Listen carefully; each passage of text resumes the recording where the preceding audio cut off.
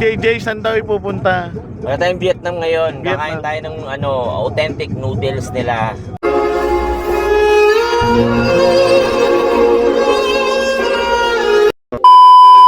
Pag after ng event natin, papakainin tayo sa isa sa masasarap na pagkain at isa sa mga puntahan ng mga tao dito sa Puerto Princesa, Palawan, ang Tattoo Bots.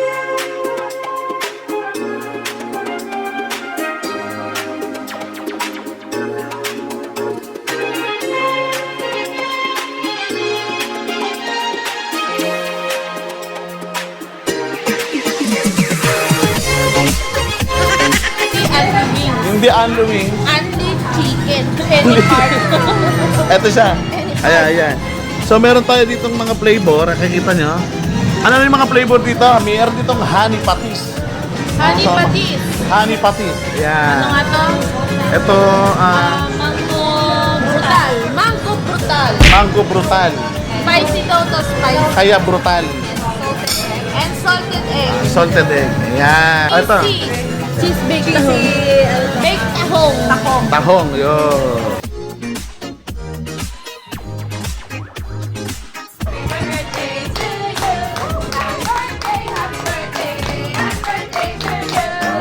Wana? Wana?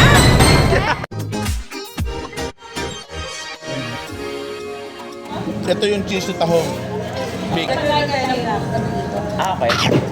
Oo, sige na. Laban. Balutin mo ako. Oh, napakasarap dito sa Tuba! Yeah! Lungad! Si JJ in the house. Kalmado tayo. Trekking Oh, panis. Ganda. Palakpak. Pakpak launin. Palakpak tuloy. Pakpak lauin. Lawin, lawin. Mag-a-unwind tayo kasama ng birthday boy. Ayun, nandun na siya.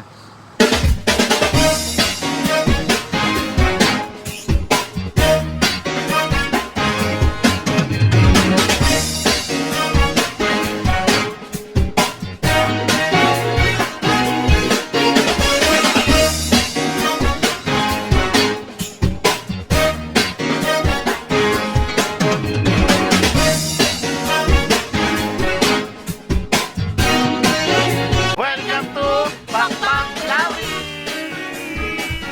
Palawan.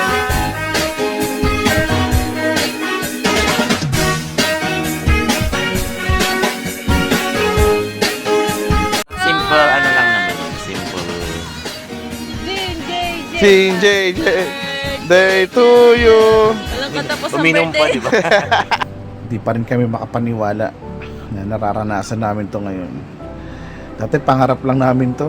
Someday, ma-appreciate din kami ng ibang tao sa ibang lugar. At ito na nga, unti-unti, nararanasan namin to.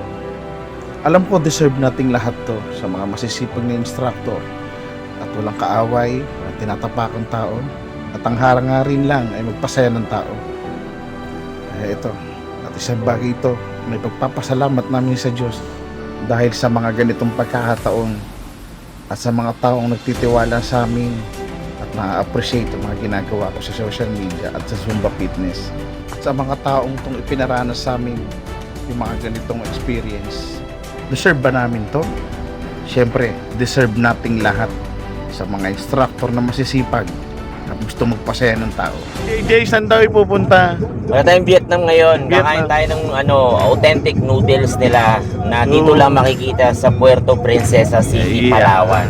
Na kapag Balita kinain ko. nyo, babalik-balikan nyo. Yun, natatanin natin. At may history daw yan kung bakit meron ditong Vietnam food restaurant. Oo, meron. May Malaking history daw. yan. At Mamaya malalaman nyo mamaya. Oo, malalaman yan. Galing kay Udeng. Yo. Kay Kuya Kim. Ayan, kay Kuya Kim. Ayan. Okay, so eto kasi pagpunta namin dito sa Puerto Princesa. Sabi ng mga instructor dito, marami nang dumadayo dito at may pinupuntahan dito na kainan. So ito na yon, ito yung tawag nila na para pag kumain ka dito talagang nasa Vietnam ka, sa yung ambience, and may history, dahil totoong Vietnamese ang may-ari. Ito to. So ito yan. Dito na tayo sa Viet Bill Restaurant. Dito yan sa Puerto Princesa. So tara, pasukin natin.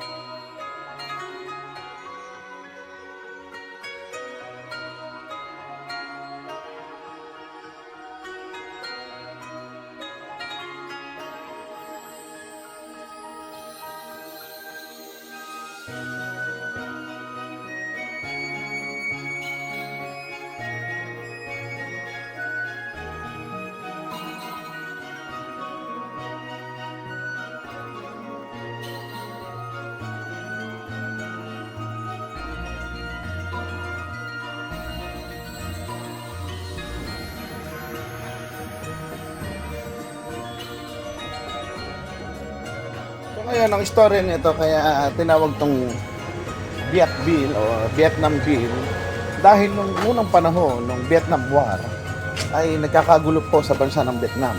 At ilan mga mamamayan ng Vietnam dito nagtago o nanirahan sa Palawan. At dito mismo sa Puerto Princesa. Itong lugar na to, dito mismo sila nanirahan na nagsama-sama sa ibang mga Vietnamese. Ito, tara tingnan natin. Ito, Duc de Labang. Nila. Hindi. Our Lady of Labang Church. Nilabang. Our Lady. Ito yung church nila ng mga Vietnamese nung araw. So until now, ito.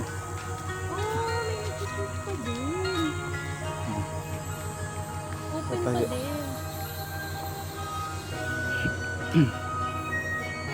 Ayan. Open pa din.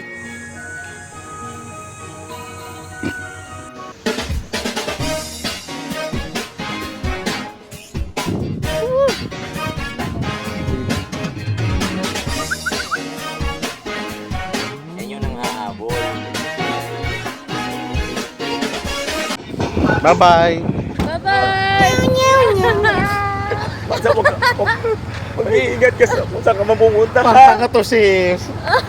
Iingat ka ha, susulat ka. Oo. Huwag mo kakalimutan yung maintenance mo. Ay, wag gamay nga. Dahil tayo nakaka- Thank you. Bye-bye. Bye-bye. Silip ka na lang doon. Bye. Wow! Yung flying kiss niya sa kanya lang. Bumalik sa kanya. Bye Palawan, Puerto Princesa, especially si JJ sa kanyang wife. Maraming salamat siya. Bye-bye. Thank you so much pag-invite sa amin sa trust na binigay niyo sa amin para mapasaya yung event. Maraming Thank you salamat. so much. Thank you. Ay, sa totoo lang, na-miss namin agad kayo lahat. Lahat kayo dyan.